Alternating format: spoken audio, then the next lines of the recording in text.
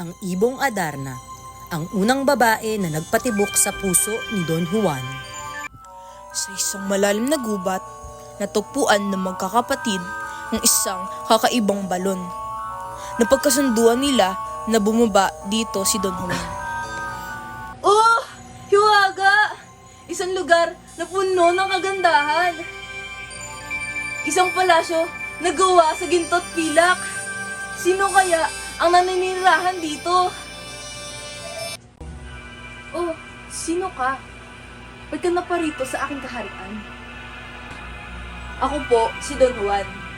Iniwan ng aking pamilya upang matulasan ang hiwaga. Ako'y naparito upang makilala ka.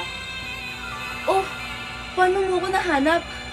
Ang puso ko nabihag sa iyong katapangan. Prinsesa, handa akong ibigay ang buhay ko para sa iyo. Ipaglalaban ko ang iyong kalayaan. Habang sila'y nag-uusap, biglang may ingay na lumabas. Ang higante nagbabantay sa gilid. Anong tao ang nandito? Ah! Nahanap lang kita! Dayuhan! Laki mo ah! Ngunit hindi ako matatakot sa iyo. Lalabanan kita para sa prinsesa. Ang kulit mo talagang tao ka ha? Sige, papatayin kita gamit ang sarili kong mga kamay. Ah! Ah! Ah!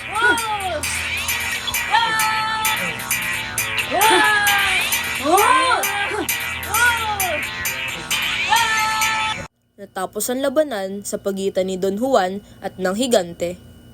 At sa huli, nagwagi si Don Juan. Tayo na, prinsesa. Iwanan na natin ang balong ito at magtayo ng bagong buhay sa aking kaharian.